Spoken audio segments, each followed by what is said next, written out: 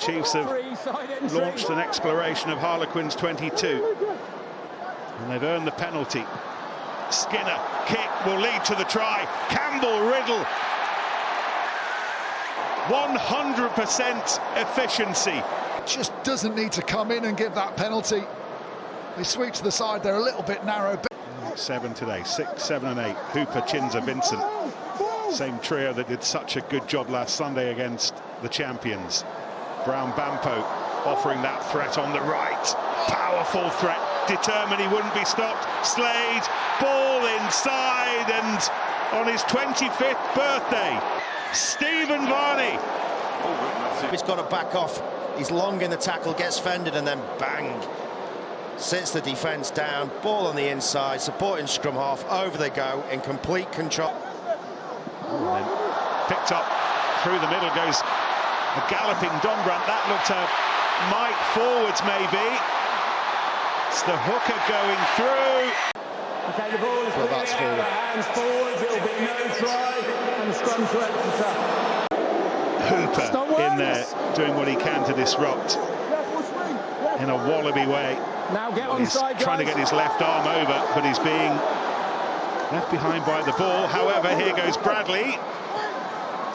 Picked up by Kinningham. A Twickenham try.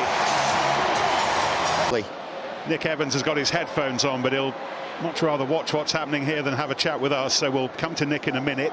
And that's nicely done. And Varney to Norrie, who stretches. Oh, he scored. But he's just not going to have the ballast to stop a front rower running over the top, and it's a really good... Exeter's latest try scorer, the scorer of their third. That was Kenningham over the top, but it's another try for the Wallaby. Len Ikitau, he might have done... Doesn't get into the guard position. That causes a little bit of confusion. Leicester against Sale tomorrow with us on TNT 1. Saracens against Gloucester later. They can move ahead of Bristol. Meantime, through the hands of Bradley, went backwards. And Quick from Bradley. You used to see this a lot. You throw the ball along the floor, everybody stops, the defence breaks up, and then little dummy, there's a walk-in. We're picking our Gallagher PREM Player of the Season next week. Oh, it's wide open. We'll come back to that, because what about that? And what about that from Harlequins? Correct, yes. So it'll be a goal line dropout? Yes. Okay, no try. The Harlequins player knocks the ball on. Matthew Carley, evasive action to make sure that it could get through to Will Hobson. And now it finds Sam Riley, not for the first time, the hooker on this left side. Cunningham south, and then the burst through from Elliot Williams. Might have scored a try in the first half. Very much part of a try in this second. Caden Murley for quick. And as they race back down that touchline, Exeter just run out of body. Wrong side, come on. And I think if I'm sort of calling against that, I'm making him go long. The new laws around not competing means it's easier to throw to the back than it used to be. But this is brilliant from Benson. Benson to Porter. Porter for the corner.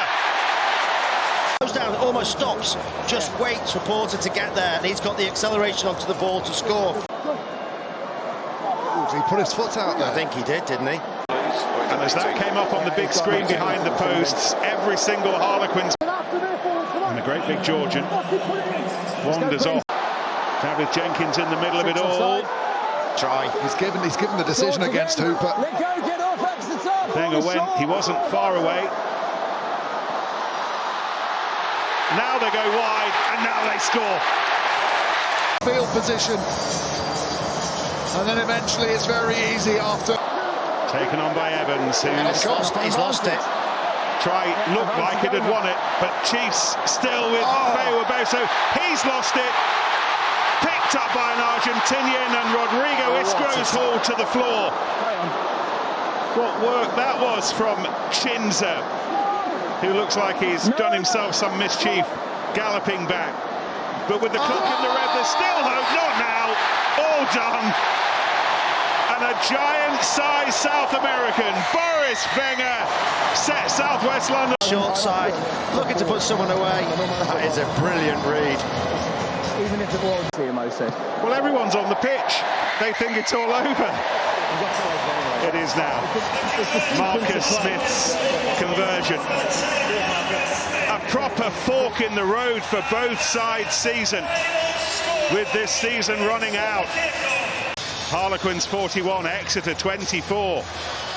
You know, we spoke about in a week how important this fixture is. You know, we're so lucky as a club that we get to play here twice a season, and we spoke about opportunity this week, and we probably missed an opportunity against Bristol in the big game at Christmas, and we, you know, let ourselves down and let the supporters down. So we really wanted to come here and put on a good show and ultimately get a good win, and we did that today. So really happy. Yeah, it was a really important day for us as a club. We'd spoken about it through the week that we really felt we let ourselves down and our community with that game at Christmas, and we didn't want a repeat performance. And a word on the crowd here today and the impact they had on the game. How did pride feature? Yeah, it was massive. You could just feel when we started to get the ascendancy with that last 30 minutes of the game, the crowd got us going and got us home, and that's what happens when you've got such great support. The boys can do their thing on the pitch. We know the supporters can get us home. Rob, what went wrong today? Well, a couple of things. Obviously, Harlequins turn up in these games, and they've done very well. So I think you've always got to make sure you give the opposition credit. You know, it's never just about you don't turn up. I thought, if I'm really honest, I thought today we probably looked a little bit like a team that's gone back to back in quite a few big games, and probably our emotional, physical batteries were probably a bit more worn down than I thought they were. Like we did well. You know, we did well. We're kind of in the game. But almost as the more the game went on, the more you could almost see us wearing down a little bit, and I just think that's what we were. We looked a little bit battered and bruised across the back line. You know, obviously Woody was strapped and wasn't moving as well as he would. Ollie Woodburn. Obviously Len picked up something pretty early on and wasn't moving very well. That forced us into some stuff, and I think as I say, I don't want to make excuses, but at the same time, these lads are human. They've had a lot of back-to-back games, and they're learning that as a squad. You know, we've gone from a semi-final, you know, and with short turnarounds, and we're going week to week. That's really good for you. I have no problem with that. And I think today is a really good learning experience for us. It's another big game. It's another different experience, a different place. These are the things we need to go through. Do I want to go through them and win and play better? Of course I do. Will we at our best today? No.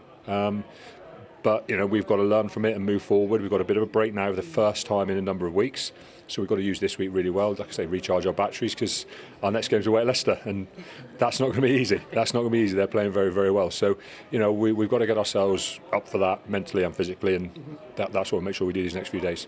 You've just gone back to back in the Prem for the first time all campaign. So how mouthwatering is the prospect of carrying all of that momentum into Sarri's backyard in 2 weeks? Yeah, definitely. Obviously, look, we're not where we want to be in terms of the season, but look, if we can spoil a few parties along the way of teams trying to get into the top four, then yeah, you know, that's sort of the motivation at the moment, as well as, you know, trying to build some solid foundations going into the new season. So yeah, no, obviously, you know, Sarri's away, a massive challenge and a big task, but we obviously got a bit of a down week, so we'll enjoy that, and then yeah, look forward to that game.